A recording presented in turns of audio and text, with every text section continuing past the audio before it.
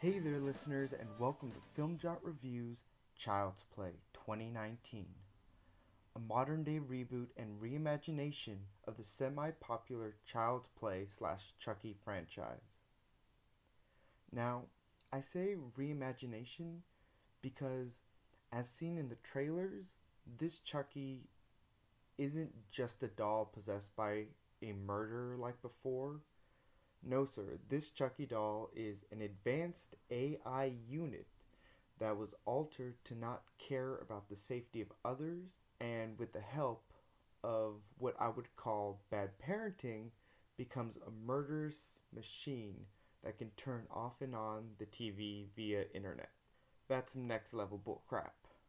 I get peeved when my router drops, but this little evil butt nugget can turn up my thermostat to 112 degrees or turn off the hallway lights just cause he's a grumpy little man. Because of how relatively simple most horror movies, including this one, are, my grand approach to this review is a summed up pros and cons list, really. So I'm going to start off with cons just because, personally, I like getting the bad news before good news. Every good slasher horror film needs murder, but the killings in this movie felt a little out of place and or forced. The writers had a clear intent on the evil AI story that they wanted to present, but also had to meet the demand of blood and screaming that these type of films require. And because of that, we see people who have very vague connections to the main characters and story get killed off, and ultimately we don't care that it happens. Nor are any of the sequences interesting or groundbreaking enough to even be remembered.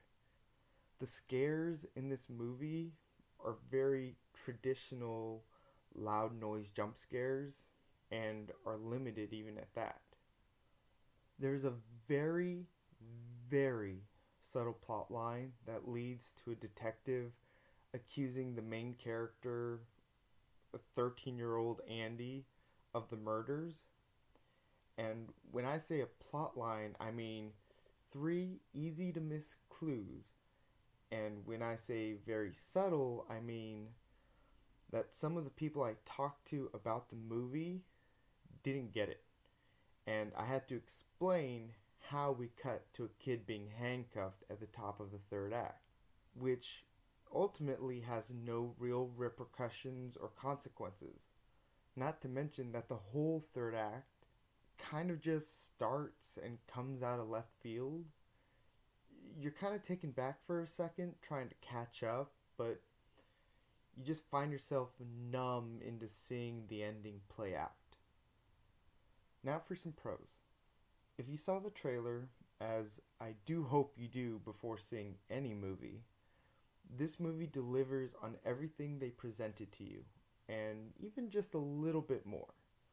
Although I knocked the film for not being suspenseful, I do think it well delivers on the creepy, uneasy feeling.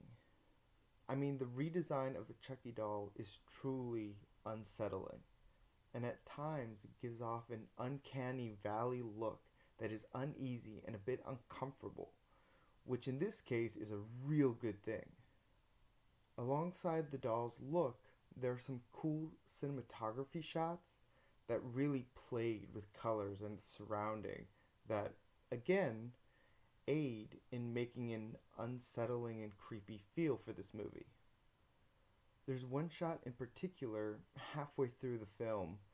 The inside of the house is covered in darkness, and with the exception of a blue hue that silhouettes Andy at the far end of the shot, and a hard red light coming from Chucky, who's technically out of shot but closest to the camera point. And it's eerie and it's just perfect, and there's not a lot of frames like it in this film, so I just really wanted to shout out that one in particular.